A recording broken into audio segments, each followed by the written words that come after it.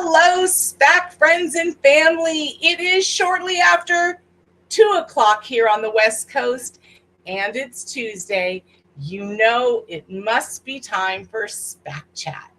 Okay, so folks, I've got a bazillion questions coming to me over the last week.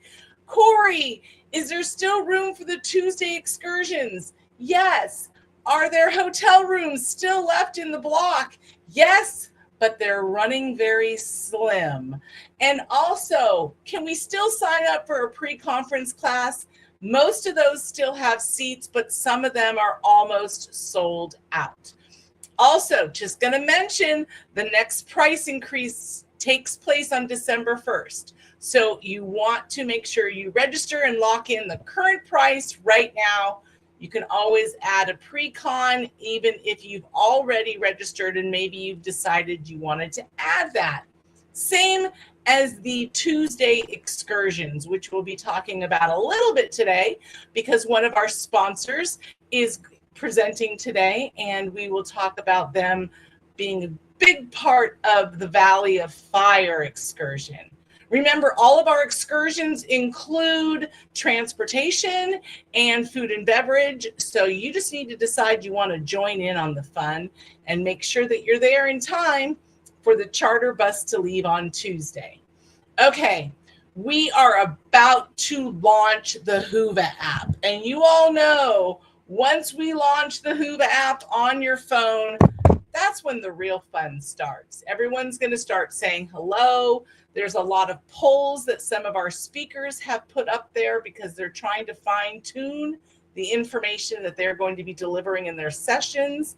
There is a way for you to start looking at the agenda and making sure that you save those sessions that you know are vital to your business.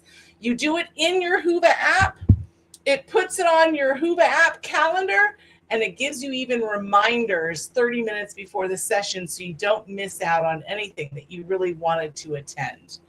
We've got lots of parties, a lot of RSVPs that we need. We also need to collect shirt sizes if you're getting any of our swag. So make sure when you see the announcement of the Whova app being launched, you go ahead and download the app.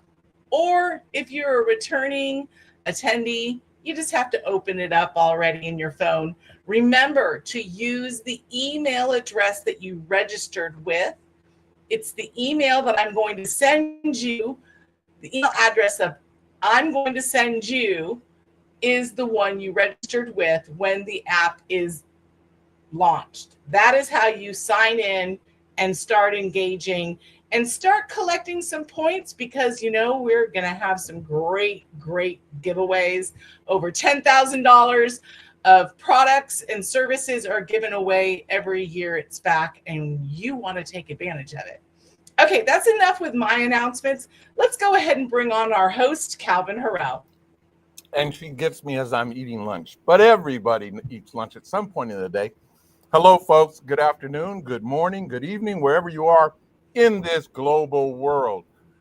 Today we have a special presentation from Lumix. They are one of our sponsors.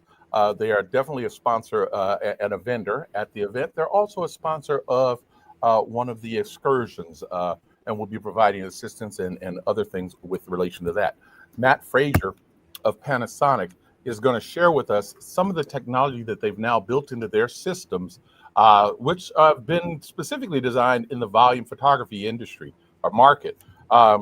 We recognize that there's been an engagement by Lumix to this specific market for some time, and they put together some pretty dynamic tools, shall we say, that can be used across the industry, not only on the volume side, but even in the portrait side or otherwise. And Matt will share some of that information with you.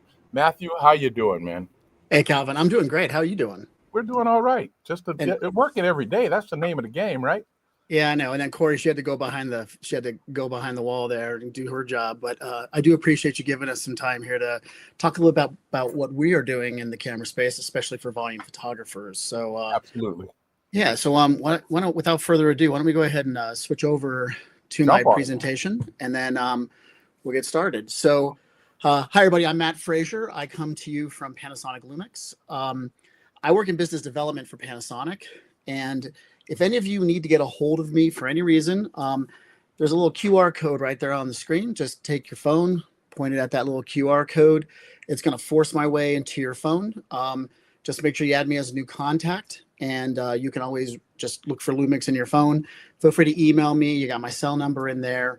I make it pretty easy to get a hold of me. So I'm here to help support you guys. If you decide to buy some Lumix products, I'm always happy to help out. So what we're going to start talking about today is a camera called the S5 II and a set of features that are unlocked with a purchase of a license. That license is the SFU VP1. When you combine these two things, it gives you some pretty powerful volume photography features. And ultimately, our goal with our camera design is to eliminate the need to have to tether your camera to another device, ultimately allowing you just to bring the camera itself, which will ultimately help to lower cost and complexity when you do your setup. In addition, we're trying to add tools that can take some of the fear about bringing just a camera out to the shoot as well. So as we go through this, I put together just a little table of contents for everybody. I want to explain to everybody what sort of investigation we did before we got into the volume space and why we're here. I want to talk to you about the specific features that you get when you add the SFU VP1. These include functions like barcode scanning directly to the camera. This includes support for volume photography specific frame guides and frame markers, especially custom masks as well. And then we'll go through just some of the features of our cameras. And then I'll discuss some of our Lumix professional services that we offer. And then we do have a special offer for SPAC members. So we are going to be giving you some special pricing today. So why did Panasonic get into this space? Let's first start with the fact that we had a customer who is a very large volume photography customer, and the industry has really changed. Right around COVID time, this customer started making some business decisions to shed some of their market share. And we noticed a lot of new volume photographers entering the segment. We've noticed a lot of growth in this with some of the smaller to medium volume photographers. And we said, well, how big is this market? Would it make sense for us to take some of our expertise from one customer and begin to spread it to some other folks? And so ultimately what we did is we went to the Census Bureau and we looked at what their data says. And it shows that there's 120,000 schools in the United States that are from kindergarten through 12th grade. It's over 48 million students that occupy that space. And when we look at the average curriculum, or I'm sorry, not curriculum, but class size is typically around 400 students, anywhere from 400 to 600 is kind of the average size. Some of you will go, I never shoot a school that's, under 1,000. Or some of you will say, I've never shot a school that's over like 200 for a class. And remember that sometimes that's going to be dictated by the urban nature of a school versus, suburban or rural schools where you have, lower enrollments. So we initially had some conversations with folks who told us we typically send about 3 photographers out. And we got some bad information, which is that oftentimes they're shooting 2 schools in a day. So our data is skewed actually more conservatively because we figured people were shooting 2 schools a day. Seems like most people are just doing 1 school a day, but that 3 photographer figure still seems to be about accurate. To be clear, we did this study back in between 2019 and 2021 when we came up with this information. And ultimately, we found that most photographers, for schools at least, are operating with about a 3-month window, between August and October. And it's about 60 shooting days that they're trying to cram all these schools into for that work, which is an incredible amount of work to have to complete in such a short period of time. My hat's off to all of you who have to do this constantly. I would be completely stressed if I had to do the jobs you guys do. So ultimately what this comes down to is that you're shooting about 2,000 schools every single day from August through October just to satiate the market's need. And that comes down to if you had 6,000 full-time photographers, well, no one's doing full-time work typically. You're usually hiring, college students, soccer moms, hockey dads to do this work. So we figure it's about 24,000 part-time photographers that you guys have to put cameras in the hands of. And that doesn't even take into account, team and individuals, where there's about 27 million student athletes out there that you all are photographing as well. And that means that you're taking about 20,000 photographers to do 10 months worth of work. So we took a look at this market. We then consulted with a couple of labs. We consulted with a couple of software companies to find out what their market position looks like and what their data is telling us. And ultimately, we figured there's about 40,000 cameras here. And our hope is to not be the number one. We're really looking to try to get to about 15 to 20% market share of that space. And we'll be very happy and very successful when we get that point. And so we also wanted to confirm with SPAC users what it was that they were looking for and what cameras they were currently using. And so in 2022, we ran a survey. It's 212 SPAC members who participated. And what we found is y'all own about 4,700 cameras of the 212 people who participated. That's a lot of cameras for your guys' businesses. And we found that, 75% of you are doing youth sports and 90% of you are doing schools. But very few of you are actually doing portrait like headshots for corporations and things like that. Your focus tends to be on youths as the subjects, which is great. And a lot of you are Canon and Nikon aficionados, and I get it. Those are great cameras. You're never going to hear me say a bad thing about any of my competitors. We're all making great cameras. No one makes a bad photographic camera anymore. But what this tells me is that there's a lot of DSLR shooters as well. And the survey showed there was a ton of people shooting DSLRs. And ultimately, the picture quality has reached what you guys need. There's really not a big difference for your businesses upgrading to a 40 megapixel or 100 megapixel camera. Ultimately, you're waiting for workflow solutions that can speed up your work, that can cut down on your investment costs, that ultimately make sure that you're not having to do a lot of back end work. And so in our surveys, what we found is the stuff that most photographers love, things like 14 plus stops of dynamic range or 7 frames per second or faster burst rates, very good low light sensitivity. Those ranked at the very bottom of the survey for needs for this market. And number one was the ability to barcode scan directly into the camera. Number two was custom masks. And number three was the ability to be able to lock the camera so that once you've configured it, you don't have to worry about your photographers out in the field accidentally making changes that ultimately impact the back end work. So we took to heart what we found, and we ultimately decided to come up with the SFU VP1 software license. So this license costs $200 to unlock. It's per camera. It's a one-time purchase. And as we add new features to this, there won't be additional charges. You'll just do a firmware update to the camera as we make new updates to the product. So it's really just a one-time purchase per camera. And the first thing we wanted to do was get barcode scanning into the camera body. And so what we ultimately did is we added the ability to work with Bluetooth barcode scanners from a company called Opticon. Initially, we worked with the OPN 2006 and the PX20. Recently, Opticon updated their barcode scanners. We've added those new barcode scanners, the OPN 2500 and the OPN 6000. For those of you who are using NTAG as a solution, the great thing here is that these same exact barcode scanners that work with NTAG are working with our system as well. So if you decide that you like what we're talking about here today and you're using NTAG, you can continue to use those barcode scanners with our system. The goal here was to get that barcode data into the actual camera metadata. So it's stored in what we call the user comment field. And one of the great things about doing this in camera is that we actually display the barcode data on the LCD screen on the back of the camera. So you can compare the numbers that were on the student card or the picture card. And you can compare, I usually just compare the last 3 digits to make sure I've scanned the right barcode. Once you have that all scanned, the process is pretty straightforward. So here's the basic steps, and I'm sure all of you know these because several of you are probably doing this work now. You're first getting your list of students or student athletes from school or from the coach. You're then uploading them into some sort of organizational software, and then you're generating your picture cards, and you're going to print those picture cards. So what kind of steps you're probably doing now. Once you have those cards, you hand them out to the student athletes or the students, teachers handing them out for you. You then scan the data. It goes right into the EXIF file of the camera's photo files. Once it's there, like normal, you're just going to upload those pictures, and you're typically going to select an option when you do your upload in your software, something that has to do with either metadata or EXIF data, and that's then going to look in the location where we store it.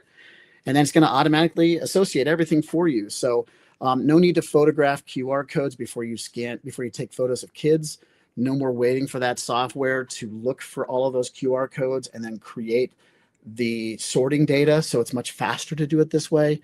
And then unlike where you use a connected device like an N-tagged, we can still allow you 2 tethers. So if you want to bring metadata into the camera, but you still want to run on a tethered computer to make sure your photos are stored on a computer, because we're doing this over Bluetooth, we still have our USB port open, which means we allow you to still do tethering at the same time. So initially when we did this, Calvin, we developed this to do just a single barcode. And we received a lot of feedback of features people wanted for barcode scanning. And so we've listened, and we just did a firmware update for the S5 II. And in that firmware update, we've added the ability now to be able to do the one-shot function. So for newer photographers in your organization who've never done this work before, what this allows you to do is this allows you to lock the camera. So it will not take a photo until that photographer has scanned the barcode. Then the camera can take a photo, and then it locks again. If they made a mistake on the photo, just scan the same barcode, take a picture a second time, repeat until you get the right photo, then you move on to the next student. So this barcode one-shot function was one of the most requested feature additions, and we've listened and we've added that feature. In addition, we've added the multi-read function. So with multi-read, what that allows you to be able to do is you can scan multiple barcodes per student. So here's a couple of examples. Maybe you're doing the student ID, the camera card, and then you're having the parent select the background that they're going to use for replacement. So you're going to scan that background replacement. And then you're pre-selling. So there's a photo package. So you can go ahead and scan the photo package data. And then the way it would work is that you'd have, the first barcode will be the student identifier in this example, followed by the background chosen, followed by the package number. And these numbers and everything, you can make up about any way you want. We can support up to 486 characters, which means if each character were only 7 digits long, you could scan up to 30 different barcodes, which is great for opportunities where maybe you're doing buddy photos or you're doing position photos with like all the quarterbacks and then all the running backs. You go ahead and scan the IDs of each individual athlete or each individual student in that buddy photo, and then you can allow your software to sort it all together and say, this picture goes to these 5 students. One of the things we looked at with doing this sort of scanning is that we know people are going to make mistakes. And because of that, when you do the multi-read function, you have the ability to clear that data right off the camera. So before you take the picture, if you don't have the scans correct, you can just hit clear, and then you can rescan those barcodes and then take the picture. So Calvin, any questions you have for me thus far? Anybody had any questions out there I need to know about? No, for me right now, you've addressed one of the questions that I had, and that was regarding the multi-scans of QR codes for package related, background related, and that sort of thing. So you got that covered. All right, well, why don't I do a quick demo? So I'm going to switch to my my overhead camera really quick. And what we're going to do is we have the camera right here, and I brought up my menu. I'm just going to go right into the camera's menu, and what you'll see if we go to the wrench tab, and then we go to this second little Wi-Fi looking tab, we call it in and out, you'll see an option for barcode capture. And once we're in barcode capture, this is where we could turn the barcode pairing on and off. And here's where we can choose the different kind of barcode functionality we want, whether it's going to be the continuous mode, which is you scan it once, you take 15 pictures out, you're going to have all 15 with that one barcode, scan a new barcode, and then you can take another 5 pictures of another student, so on and so forth. This is where one shot and this is where multi-read live. So once we select our shooting, in this case, we'll do continuous. What you'll then see is we have the little word barcode right here on the left. So I haven't paired it yet. And one way would be to go in that menu, but I don't like to do that. I program a hotkey. So I have a little hotkey right here that I've programmed to be, sorry, let me move the camera over. My name is covering it. There we go. So this little hotkey here is my hotkey to pair the barcode scanner. So when you first start your day, you're just gonna depending on the barcode scanner, you're either going to scan a barcode. With these older ones, I'm just going to long press this little button here. And then once I press it, it's going to beep and it's going to flash blue. I then press my pairing button right here. We're going to give that just a couple seconds to pair. Now that we're paired up, I'm ready to go. So you'll see our barcode says nothing right now. I'm going to go ahead and scan this first barcode. Okay. So the last 3 digits are UXT on this barcode. You'll see right there, UXT in the photo. Now, as I take pictures, I'll put the camera in manual focus. Otherwise, I can take pictures of black screen. 1 second. Now the photos that I'm taking will have that barcode data embedded. If I play them back, I can review and make sure I've got the correct barcode data in each of my photos. Let me give you a quick demo of the one-shot function, just so you can see that. When we go to one shot, now the camera says it's locked. It will not take a picture no matter what. Now, what I'm going to do is I'm going to scan a new barcode. That's 57U. We got 57U as the last 3 digits. Now I can go ahead and take a picture. And now it's locked again. It's ready to take that next barcode. Now, let's go ahead and show you the multi-read function. So with multi-read selected, what I'm able to do is scan my first student identifier number, which is what we just did there. Next, we're going to scan our package. So we're going to do like a package. We're going to choose the A package for this one. So now you'll see we've got the first barcode, a semicolon, and now we have that package. Now, if I wanted to make this a buddy scan, because I could just hit the clear button, and now I've cleared out all that data. And instead, now we're going to do a buddy photo. So we're going to scan 4 different student IDs, 2, 3, 4. So what it does is just keeps bumping them down. So the first one comes up, then the second, then the first one gets bumped. You see the second and third. Now we're seeing the third and the fourth numbers. So you should be paying attention as you do it. Now, when I take that picture, I've now got all 4 of those barcodes in that photo. So pretty simple setup and configuration. You can see it's extremely fast to transfer the data. And if the camera goes to sleep, which I'll simulate right now by just turning it off, barcode loses its pairing for a second. No problem. It'll sit in this mode for about 5 minutes. When that next class comes in, you wake your camera back up. Just press that pairing button again, and it'll repair with the scanner. There you go. So that's the basics of our barcode scanning functionality. Now let's go ahead and go back to the PowerPoint. We'll talk a little bit about some of the masks that we can put on our cameras. All right, so before we talk about our custom mask, I want to explain some of the partners that we validated to make sure that their labs can work with barcode scanning data. Now, there could be more labs out there that work with it. These are just the labs that we've already been in contact with. So if there's a specific lab you want to work with, send me an email. I'm happy to reach out and work with that lab to get them validated. But H&H was one of our very first partners. So they actually helped us to design and engineer this product. So I want to make sure I call that out. But we work with Profoto Lab, we work with Richmond, ACI, Allkit, Miller's, even Arclitex. We also have software partners. So whether you were working with Captura or PhotoLinks Flow or ImageQuick's Blueprint, you can work with Total Schools by H&H. You're able to work with TimeStone software, OrderPix from ACI, Darkroom, GotPhoto. All of these different software solutions we have validated. They're all listed on our website.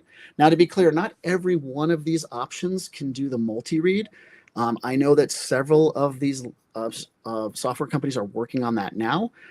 I do expect that H&H will already have this working today, though. So I would say that the Total Schools will definitely work with multi-read. Now, for those of you who are working with Flow, I have actually worked with one of my coworkers who has some skill at writing code. If you're comfortable working in Python, we can issue you a special little app that we've written that can take and create an Excel spreadsheet that will put a column of all your photo files, and then it'll extract out the metadata in as many columns as you've scanned barcodes, so that you have all of that already pre-done. And within Flow, you currently have the ability to do a spreadsheet merge. So you can scan up to 2 different barcodes, one for the student identifier, the other would be for your package. And then you can just do a file merge within Flow and merge that right in. So again, if you want that, feel free to email me. I'm happy to send you the code for it. So frame masks, when we got started with this, we knew that frame masks were going to be popular because we knew people were doing ground glass solutions, or they were buying almost like clear plastic that had like a painting or a print on it, and then they're using the LCD screen on the back of the camera. So we wanted to create a dynamic way for you to be able to not only use masks, but to be able to customize them. So initially our thoughts were we would offer a standard group mask. And what we show here in the group mask is that the orange box, this represents your 5x7. The green box represents your 8x10. And then the yellow box, this is your 5x7 crop of the 8x10. So your photographer should be able to know exactly where to align those group photos without much of an issue. We also wanted to have a sports mask, and we looked everywhere for sort of a inspiration on how to create sports masks that can be used for multiple things. We ultimately came up with this T pattern. And so what we have, once again, the orange would be your 5x7, green is 8x10. This yellowish orange is your 5x7 of the 8x10. But with the yellow bar, we decided this would be great for hats or on the top of somebody's head, while the white in this example would be the center line. So you'd use this to center the student for each pose. Or you can move the yellow up or down, and you can move the white left or right. And now in this example, we're using the white line to make sure that we put that volleyball in the same location for every photo.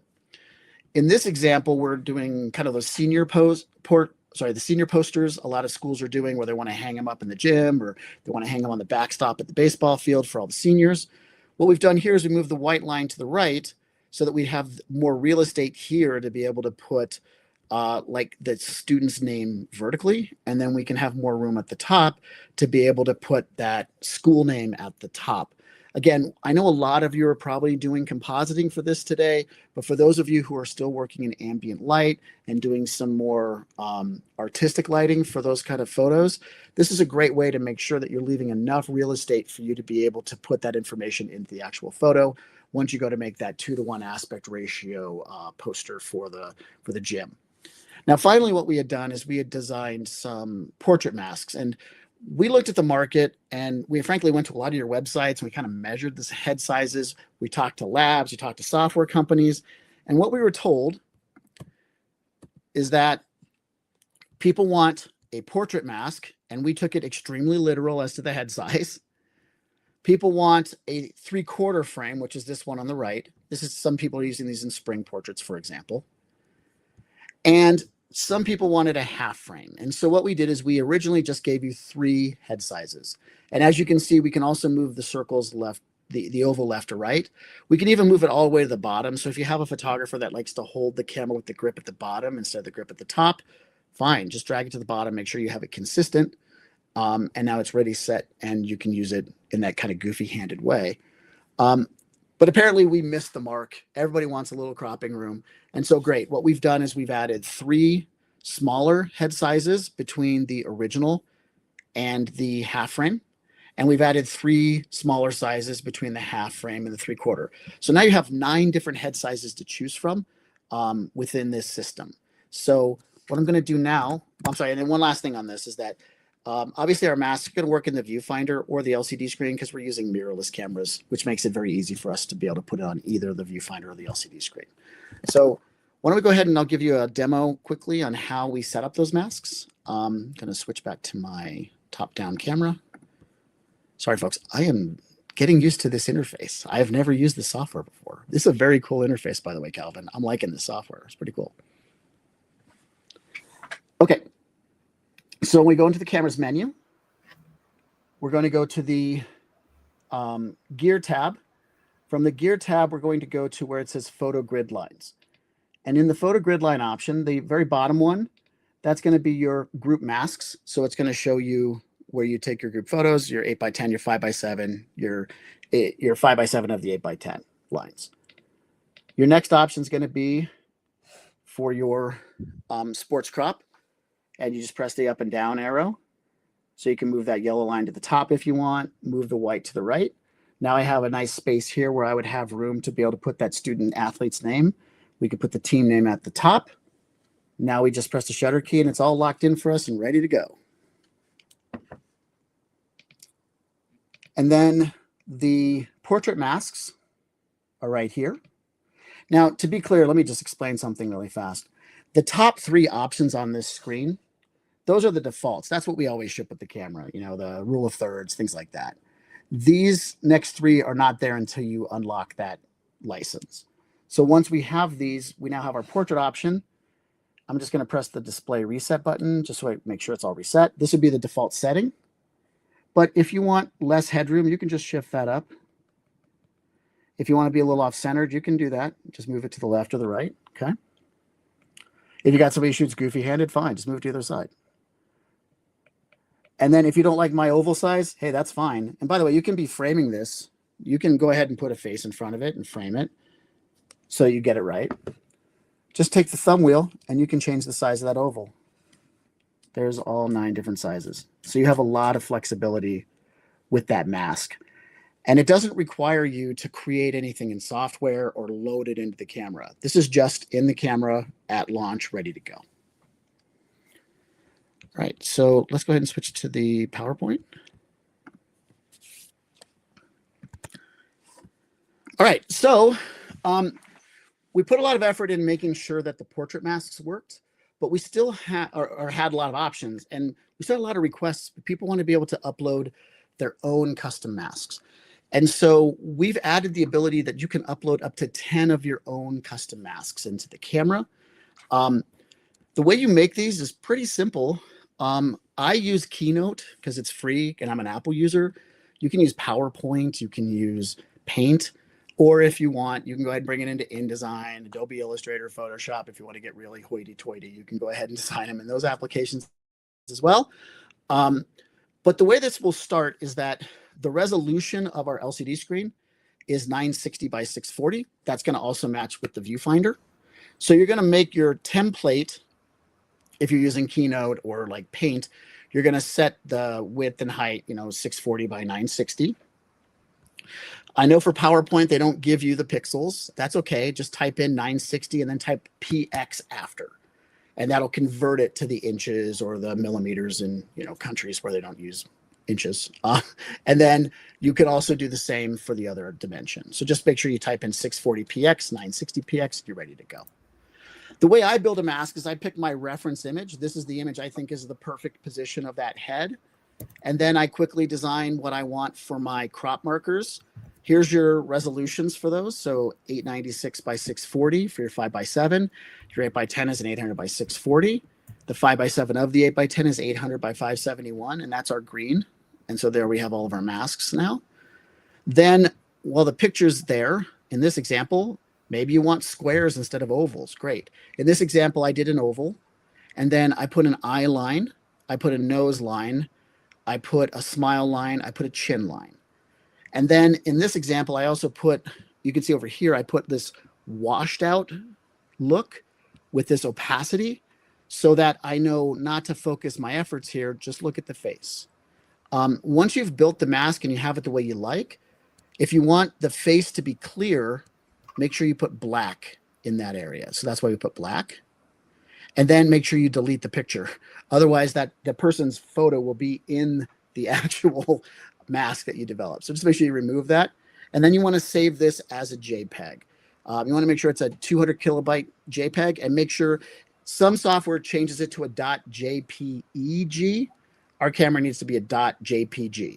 And for the name, just call it P and then add 9 numbers. Doesn't matter.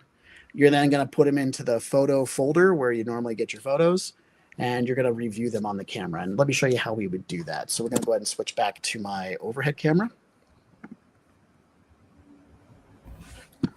Okay. All right. So where we find our custom masks. So I have a memory card in here that I've already stored some masks on, Calvin.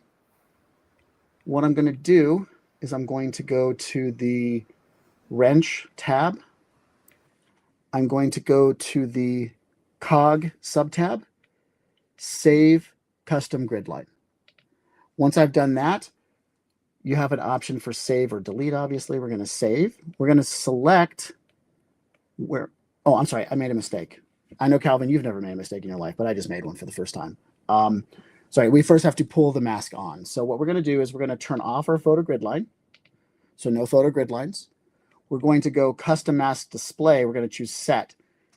Now here we can choose how much transparency we have, because this is going to be an opaque image. It's going to cover some of it, and it's going to see some transparency to it. So if we set it to high transparency, that's going to be very faint. Our lines are going to be very faint. In this example, I'm going to low transparency. Then we're going to select an image, and it's going to look on the memory card. That would make a terrible mask. So we're going to just go past those photos. Here are different masks. So we'll say we like that one. We press the set button, either touching the touch screen or we just press the menu set button. In a second, now it's uploaded that and it's stored it in the memory in the camera. And now you can see we have our mask right there, ready to go. And we know right where to point that oval, and we want to fill that oval with that face. Okay.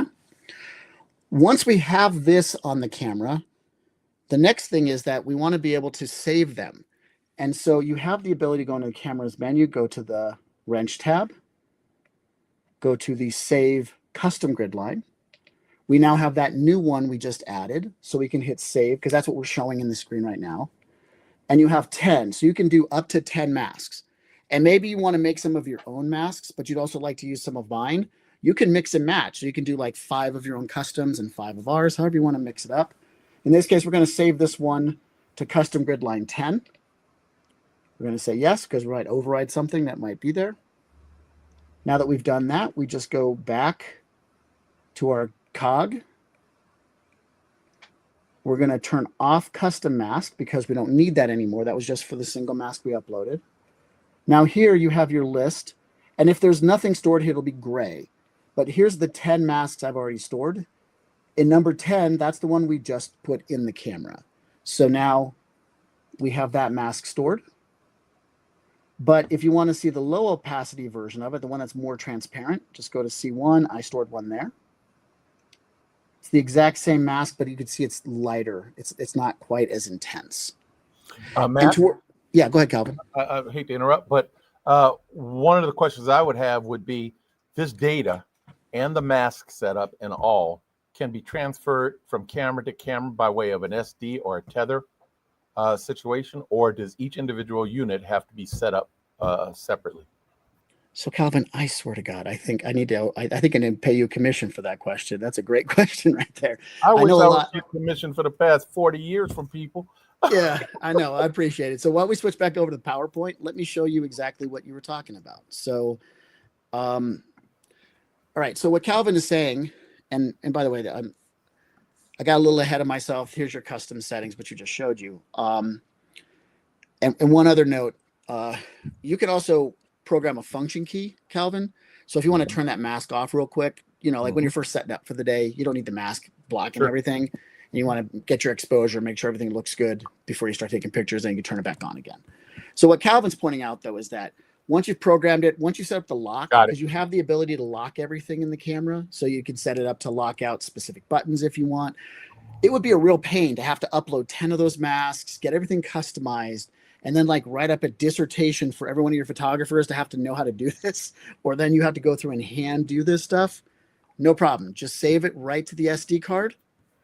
Once it's saved to the SD card, just take it out of the camera, plop it into the next card, and then you can restore or load that configuration into all those cameras.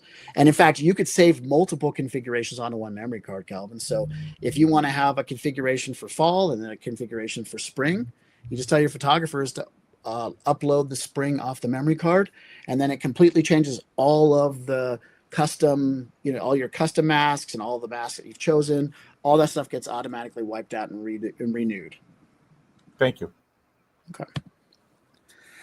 So now that we've touched base on the volume photography specific features we've added to our cameras, the next thing I want to explain is that we actually make a good camera. I think that's probably a question people have, because I know a lot of you are using different brands, and you don't look at Panasonic as being like a photo brand. You think we make microwave ovens and cordless telephones, things like that.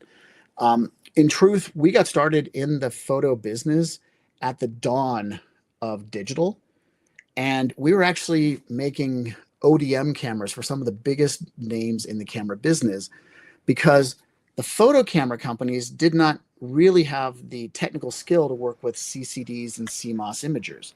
And so ultimately they worked with companies like Panasonic to build those first and second generation cameras. And we ultimately, from learning those lessons, came to market with our first digital cameras about 25 years ago, actually 24 years ago. And we even invented certain categories like the mirrorless camera category that everybody's buying today. We were the first company to produce a modern mirrorless camera. It was the Lumix G1. And so we know a lot about mirrorless and we know a lot about digital cameras. And we've ultimately built some of the most legendary digital cameras to ever exist. Cameras like the GH1 and the GH4 and the GH5. Cameras like the S1H, which was the first ever camera to be Netflix certified as a production camera. And this is a photo camera that could be used as an A camera for movie productions. So we're very proud of what our heritage is in digital photography. And we think creatively about digital photography. So first thing we're going to do is explain that we make this S5 II. You can take a quick screen grab if you want, and then you can take a look at all the features. I'm not going to go through every one of these and bore everybody on the call. But we also have a twin to this camera, the S5 IIX. And it's a little cooler looking. It's got an all blacked out design. Some people really like that. It's a $200 premium for that. Aside from being blacked out, you get a lot of additional video features with the S5 IIX. If you don't understand why you use raw video or why you need an SSD drive to have your photo and video files go to, or you have no interest in wireless streaming of data for like live streams like what you and I are doing right now, Calvin, then there's probably no reason for you to buy the S5 IIX. Save your money, buy the S5 IIs. You're just no reason to make this investment unless you're going to shoot video with it. But both cameras can work with the SFU VP1.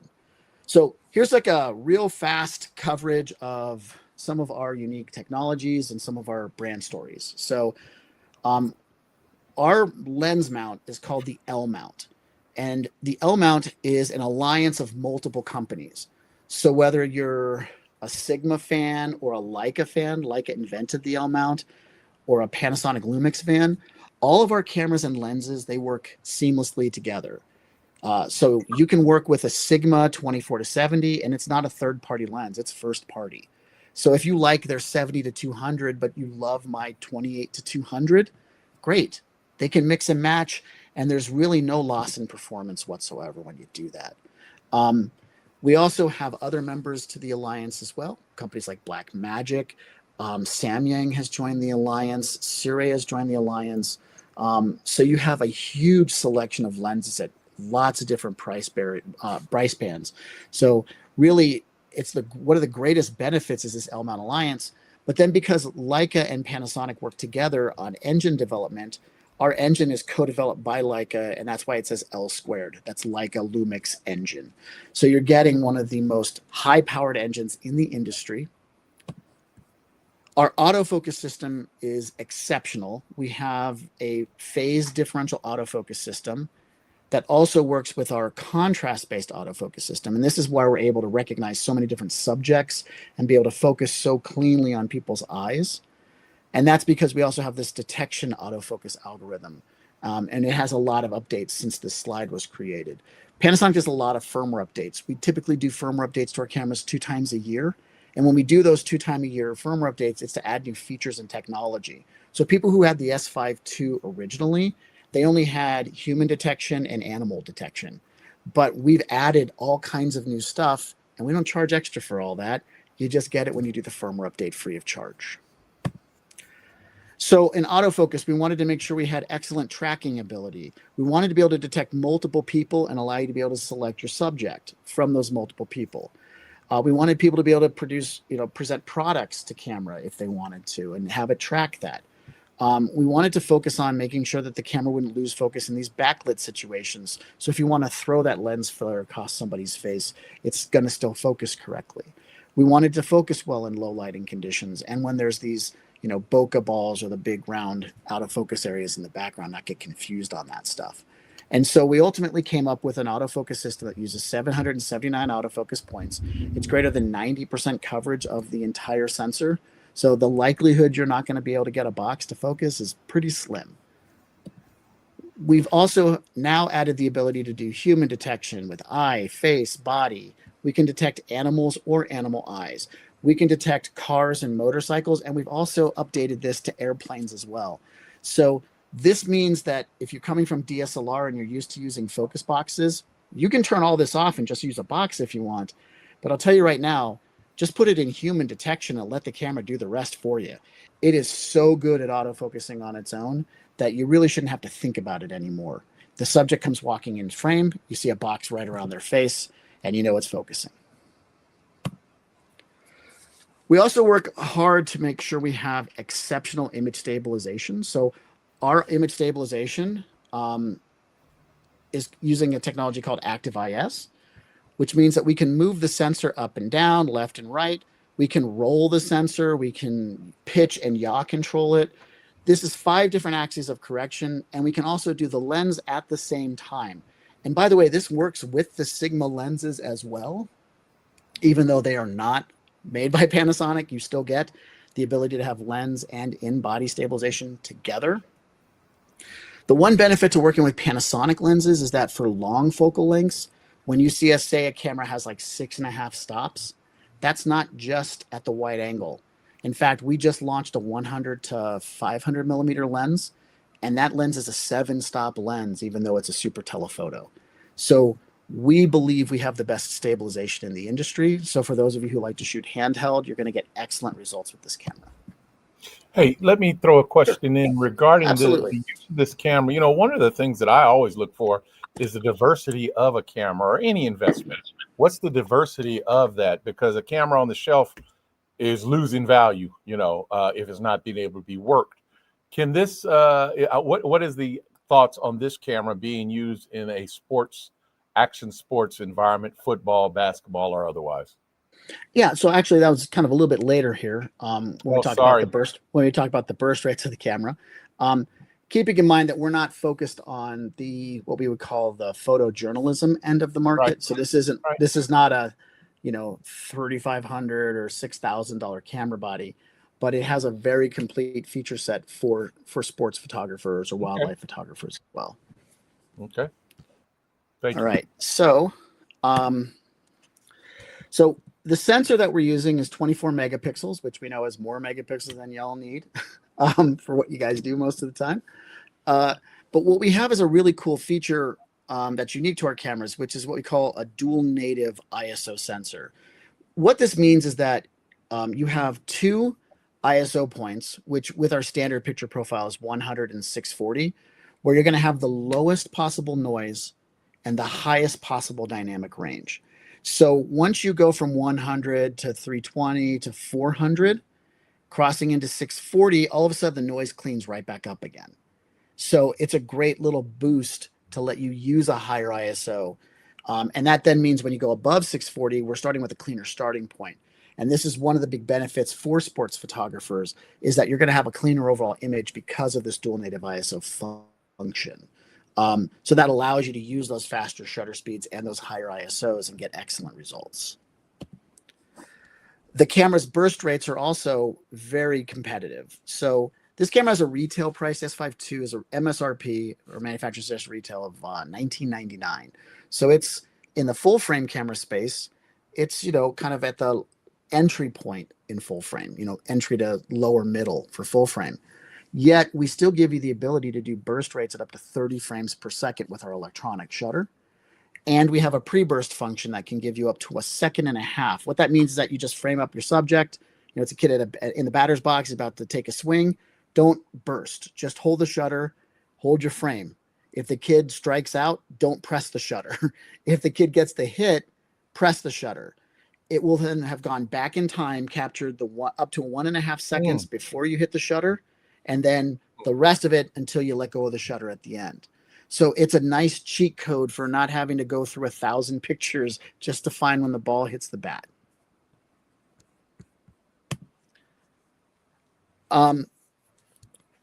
For studios that are very picky about color quality, which I would hope most of you are, you may love the Lumix color science. And to be clear, I'm not going to sit here and try to tell you Panasonic's color science is better than everybody else's.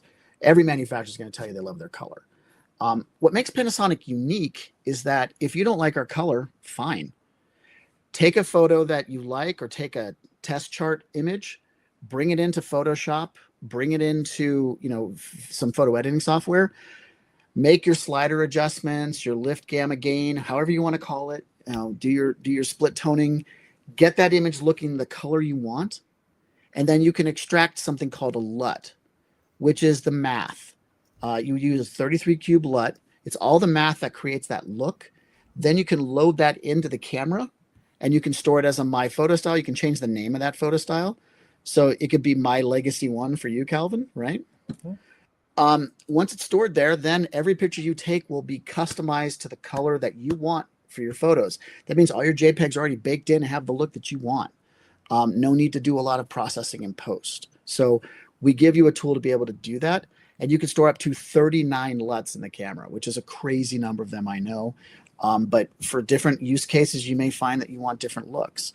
You may want like a more moody look if you're doing like, if you're doing homecoming photos during the fall, you may want a more teal and orange look to those photos. And so you can store that stuff in the camera and not have to do it in post.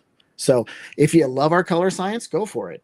If you'd rather we look more like brand A or brand B or brand C, fine.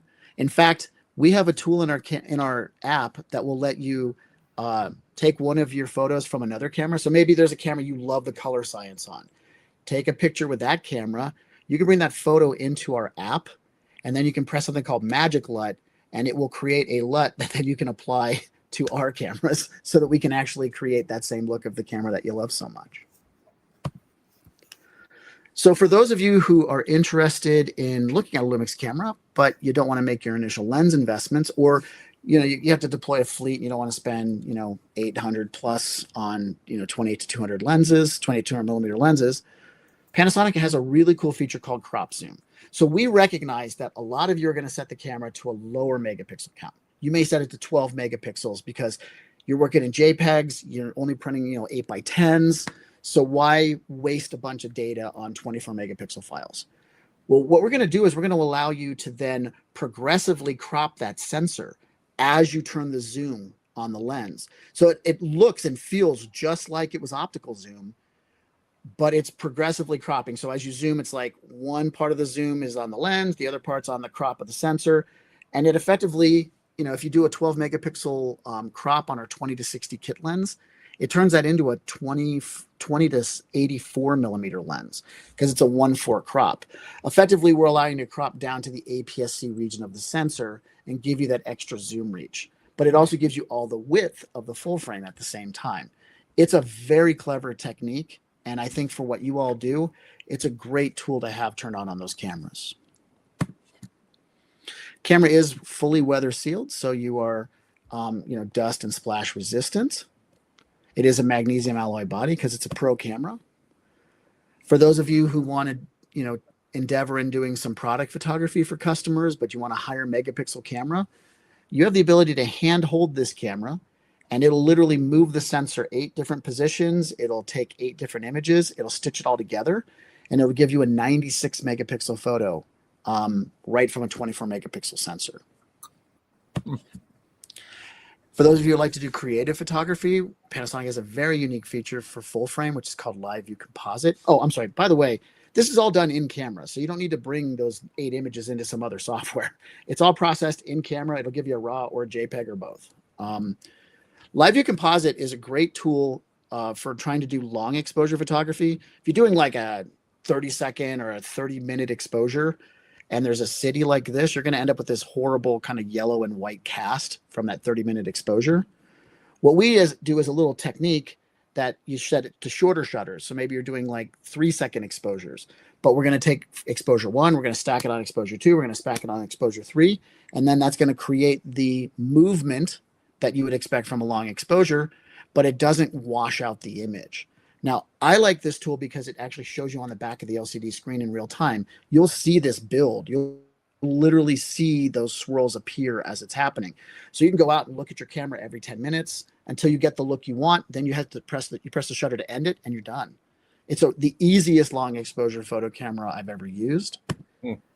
And you can even do portraits with it. So like this was one of my son's senior pictures I did where we had him stand. These are 2 streets where buses go by. I had him stand and I took the image and I just did a shutter pop, manually popped the shutter. So flash pop. So I flash popped him. I just had him stand there and I just waited until 2 buses drove by. And then when it had the look I wanted on the LCD screen, I just stopped the exposure. This guy here, we flash popped him. Then I took an LED light and I drew all that purple behind him. This volleyball player, what we did is, this is actually 2 images composited together. But what I did is I initially took her picture, hit her with a shutter pop. Then I had her leave. And then I did a live view composite image. And I got one of those LED wands where you can upload a photo. And I uploaded this fire. And then I just walked right behind where she was. And then I just composited the 2 images, made sure I lined up the Pomona. So it's a really creative way to add some kind of depth and interest in the background, especially if it's a space where you don't have a lot of interest. On the software side, you have the ability to have our barcode scanning functionality and everything running while you connect to Wi-Fi, and you can then have all your photos as you're taking them uploaded into the Adobe Frame.io suite of applications. This gives you a way so that your back of house, as the project is being shot, they can be reviewing and culling in real time, just right in the application. So if you're an Adobe user, you already have access to Frame.io. It's a part of your subscription. Mm-hmm. And then the Lumix Lab app. This is that app I told you can literally take an image from any camera, press a button that says Magic LUT, and it'll literally create a LUT for you that you can then use in your Lumix camera to match any camera you want. This app is very quick to pair to the camera. It can control the camera completely. And the only reason I mention it now is that I expect us to do some future updates that I think are going to be really exciting for this app for volume photographers. I can't tell you about it now, but I'm telling you that this app is going to be something special for volume photographers in the coming months. We also have a Lumix Flow app that'll allow you to take a smartphone or tablet and turn it into a monitor. So if you want to still have a larger monitor, you'll be able to plug in the Flow app to your camera and then use that tablet or that smartphone as a separate monitor. You also have the ability to pair now up to 4 additional monitors on top of the wired smartphone that you have connected to the camera. So if you wanted to have multiple tablets that you could like have on light stands or whatever so the kids could see the pictures as you're taking them, that'll be an option as well. And then for tether shooters who are using like PhotoLinks Flow and they need to have software to be able to dump photos into a watch folder, that's our Lumix Tether app. Hey, got to stop you. Okay. I don't think they call it PhotoLinks anymore. I know. I'm referring to this software though, because I guess it also works with Captura as well. So okay. The Captura. So I'm using I'm actually going through the multiples I know it works with. So got it. So it's the Captura workflow, and it also works with PhotoLinks Flow. Keep in mind, Calvin, some guys are still out there using Flow. Other ladies are out there using No. Yeah, one of the critical things though is they are a major league sponsor. I am well aware. Sure that we give them all the respect that they deserve. Yeah, no question. So, we're going the same path. So, yeah. And then keep in mind, this is full remote control of the camera. You can even pair up to 12 cameras to this if you want. So you could have one computer, 12 cameras paired to it, and have them all going to watch folders. Now, Panasonic, because we want people to realize just how reliable our cameras are. When you register your purchase in our Lumix Professional Services program, we give you a 3-year warranty, no cost. Now, we have 2 different bands. We have the Red membership, which gives you, the 3-year warranty, expedited turnaround time for repairs. And if a repair is going to take longer than 7 days, we'll give you a loaner camera. But if you pay $199, and that's going to be for your entire pool of cameras, you just pay $199 once, they'll cover, if you've got 100 cameras, it covers them all. It's not only a 3-year warranty, but you get exclusive hotline, 2 business day turnaround. We also give you free next day for both sending the camera to us and us sending the camera back to you. 20% off any repairs that are out of warranty. We also give you free sensor cleaning or electronic viewfinder cleaning, lens calibration, and firmware updates. That would cover basically 4 camera bodies. So you'd send us one shipment with 2 cameras and 2 lenses. Then you'd send us another shipment with 2 cameras, 2 lenses, and we'll do that update free of charge as a part of this program. And then loaners are for any repairs that would take more than 2 business days. So we're trying to make sure that we have a program that can take care of you, whether you want to make the full investment, yearly for that platinum membership, or just do the basic red. You're still going to get 3 years of warranty from Panasonic. Now, for those of you who we've piqued your interest, we're going to do. We have a few offers for SPAC members right now. Number one, on the right, if you scan this QR code, what you can do is you can register for a 2-week trial. So what we'll do is we'll send you a camera, a lens, a barcode scanner, a couple of extra batteries. You're also going to get some power solutions if you want to just run it on mains power instead of running it on battery. That'll all come in a nice little Pelican case. So feel free to scan this QR code and you can register for a 2-week loaner. And that 2 weeks is, we're pretty lenient. So don't worry if it's going to take you longer than 2 weeks to evaluate it. You'll just stay in communication with me. In addition, if you've decided that you want to invest in Panasonic camera now, if you scan this QR code right here, that's going to take you to the page for the S5 II. We're currently running a $500 off promotion. So that camera is regularly $2,000. We're running them at $1,499 for body only, or $1,799 with that 20 to 60 millimeter lens. That's the kit lens. That's still weather sealed and it's metal backed. And remember, you have that hybrid zoom function that turns into an 84 millimeter lens. What's special for our friends in SPAC is that you get a free SFU VP1 unlock code. So you get all those volume photography features free of charge when you plug in at checkout SPAC 25. So just do a search for SFU VP1 when you're in our website, add it to the cart, make sure you put SPAC 25, make sure you have a camera as well. Otherwise it's not going to work. You got to buy the camera and the code together. And then we're going to give you free shipping. And also we have special prices right now on barcode scanners as well. So, we're regularly $299 for the OPN 2500, which is just a barcode scanner. It's regularly $250. We're selling for $150 right now. And then the $500 QR code / barcode scanner beast called the OPN 6000. We're running those at $299 right now. For SPAC members. So it's already discounted in the system. No need for a discount code. But I lowered that price just before this meeting to make sure it was available for y'all. So Matt, we're at $1,499 for that S5 II body only.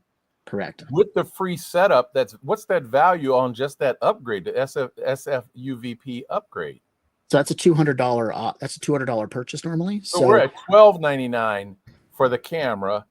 $1,499 for the total, but now we're paying $1,299 for the camera. Yeah, I guess if you look at if you that's just a no-brainer.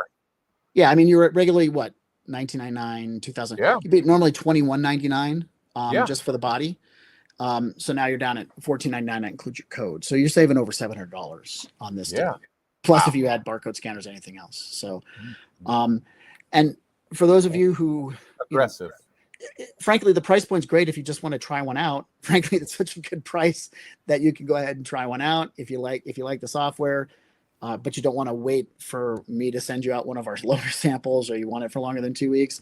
Price is so good that you could probably just turn around and resell it for roughly what you bought it for. And then for those of you who need to make larger purchases, look, obviously, if you're going to make a bulk purchase, we can wheel and deal on those. So don't forget my email address. It's matthew.fraser@us.panasonic.com. If you remember at the beginning of this presentation, I had you scan that QR code to force my contact information into your cell phone. Feel free to reach out if you decide you want to do a bulk purchase. So Calvin, I know we're right at time or slightly past it. Any other questions or anything we need to talk about? I don't have any questions. I took a loaner. You were kind enough to get us a loaner, and we were extremely impressed. In fact, it's a primary equipment, a primary camera now for Clifford, and we'll be moving on to adding units for our other uses. So I don't have any questions. I'm amazed at what the technology has done over the past 40 years. Yeah, and I apologize. My camera has disappeared, folks. Apparently, That's quite all right. yeah. Apparently, my UVC has lost its connection. So, Well, I am going to jump in because I want to take this opportunity to, first of all, thank Panasonic, because last year was the first time we did the Valley of Fire excursion. And I'm going to share a few photos here of that. We took on Tuesday, we loaded up a charter bus, includes your lunch. Suzette Allen went out to the Valley of Fire. That's where the Red Rocks are. We had 3 beautiful models out there. She spoke for about 30 minutes, and she is sponsored by Panasonic on this one. And she went ahead and shared with everybody her tips for making sure that it is natural lighting. Sometimes you are not able to bring out all the electrical things, but you might need to be able to do it. So she was able to model that, and she took some wonderful photos. We have also here showing, I'm going to give you a shout out to everybody who attended. So it is an additional $99 to your registration. If you've already registered and you did not add it, you can still add it because we have plenty of seats still on the bus, okay? But once the bus is full, we can't squeeze any more one up there. All the time periods that you need to know is also on our website as well. You can see we had a nice full bus out there. You will have some free time as well so that you can go ahead and either take some pictures of the models for your own portfolio, or if you want to go and hike for about an hour. We do an air horn that most people can hear from different points of view, and they can take their own photos of the models, just like you see here, so you can build your repertoire, or you can go hike. You can see in the background as well, there was another model over there. We kind of spaced them out. SPAC, make sure that they're beautifully dressed. And Corey, we need to, no, this is not volume photography on the excursion. Excursions are supposed to be something a little different than the core of what you're doing. Kind of like you're on a cruise and you'll take an excursion. Well, the excursion is not a part of the cruise. It is something you decide to enjoy on shore. So it's an excursion. It's not volume, but it's photography and it's camaraderie with folks they do a little volume, but they also do the still lifes or whatever other type of portraiture individuals want to identify it as. Yeah, honestly, it's great. People come all the way to Vegas, right? And some people have never been to Vegas. So we tried on Tuesday, have a little fun. Where the other option is Atomic Golf. And then there is also this year the Neon Graveyard as well. So, but it's a wonderful opportunity to see. Those Red Rocks are incredible. And you get to connect with people before the actual conference days begin. So it becomes a very valuable piece, a really enjoyable piece. And this is right after the Martin Luther King weekend. So that Tuesday is the day after that holiday. And so there's some benefits there if you want to take the entire week and just go on out, because there's only 4 work days in that week. Although all of us work probably 8 days a week. So I don't know how the math works there, but it's well worth joining us on those excursions. I also want to mention that on Wednesday, before we have our kickoff party, we have, which was brand new last year, our Wednesday workflow walkthrough. What does that mean, Corey? We will set up different camera stations. There is a different camera in every station. There is a different capture system in every station. There is a different background as well as lighting. So you can compare viewing through a Panasonic camera compared to a Sony camera. You can check out the Westcott lights compared to the Level Up lights. You can check the Got Photo capture system compared to Photo Days capture system. So the walkthrough is absolutely part of your registration. You don't need to sign up. It's in the main conference center, and it's open from 11:30 to 2:30 for you to come in and walk through the different stations. And Panasonic is also participating in that as well. Outstanding. Outstanding. Well, Corey, any other special announcements you got for us? I don't. I just got a lot of hellos. Hi, Guy. Bill Ripcho says hello from Ohio. We've gotten a lot of hellos, a lot of comments, which is great information. And one other comment saying that they can't wait to see you, Matt, at SPAC in January. Good. Well, Just tell I'll them bring be the there. credit card. I'm sorry. That wasn't in poor taste, I don't think. Matt, I want to thank you for sharing with us. It was an extensive explanation of what you guys have developed within your suite of a camera product. And I think that you answered a lot of questions. You know, the Panasonic name is not, by photographer standards, the Panasonic name is disconnected. It never was there. Nikon would be a legacy, Canon would be a legacy, and that sort of thing. But the tools that you guys have developed are much like Amazon wasn't there 20 years ago either, and so many other types of technologically advancements were not available in the years ago. Now the name is a household word all over the dang globe in a very short period of time. So what you've put together here is with the organization, the Panasonic team has put together is pretty darn remarkable. So thank you for joining us. Well, thank you. And again, I think being youthful as a brand means that we're hungry and we're also very creative and willing to listen and adapt our product to meet the market. That's critical. That's the goal. And to let everybody know one final thing, we will do another update to this camera. I know we have one planned. Calvin already knows what I'm working on. You're going to have to maybe get him a couple of drinks when we're out in Las Vegas. But I'm telling you, if you want to know what's on the roadmap, email me. I'll get you a non-disclosure agreement. That's what I was about to say, man. I got a non-disclosure, NDA. I don't talk. I know you don't. But again, anybody out there, you want to know more, hit your boy up. I will happily put you on a non-disclosure agreement, and I'll reveal the next phase of what we're doing for volume photographers. Hey, man, I'm a fan of the Godfather movies, and from what they do, you don't talk. You got an agreement, you don't talk. You might be swimming with the fishes if you talk. So I don't want to talk, okay? All right, well. Anyway, folks, thanks, thank you. Thanks, Matt, so much. Corey, as usual, thank you very much for joining us and being here, be the intro. And thank you, folks, especially those that have already committed and signed up for SPAC 2026. Please get on board, folks. This is going to be the most lively, well-planned conference of the year. We hope to see you there. See you next week. Okay, bye, everybody.